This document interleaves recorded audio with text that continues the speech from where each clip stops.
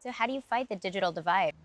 I think if we build it right, we'll push more money out to the kind of edges and away from the center. You mentioned something about things are going to get really weird if 4chan now is armed with a digital bank account. My hope is, though, that by having some sort of financial incentive, the 4chan group or some other group now actually has an incentive to not just sit there all day and try to make it a race to the bottom, but actually do something that's more productive that can lift themselves up. So how do you guys think about the ethical construct for Web3 and virtual spaces? We should protect the citizen of those digital worlds. I think it's important. If the overall user experience is going to be bad in a virtual world, you are not going to go back there, right? How do you make sure this isn't like the Wild West many, many years ago, and that the future isn't owned by, access-driven insiders who have the means to build out this world?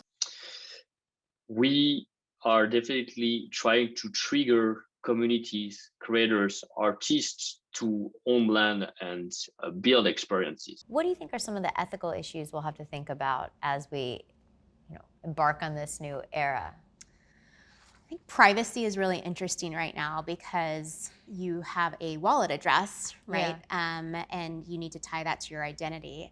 I think that ethically, the sustainability thing is a huge conversation right now. Should people know the people behind the projects that they're signing up for, or will people be misguided or misled if they don't know who those folks are? We're at the very beginning of this space.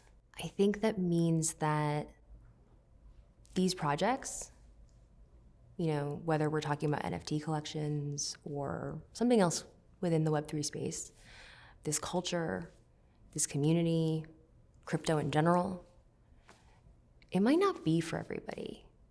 And that's also okay. So I think there's always risks associated at the beginning of anything. It's the next frontier. It's the Wild West, It's opportunity and hope and excitement. But on the flip side of that, it can be charlatans and scams and security threats.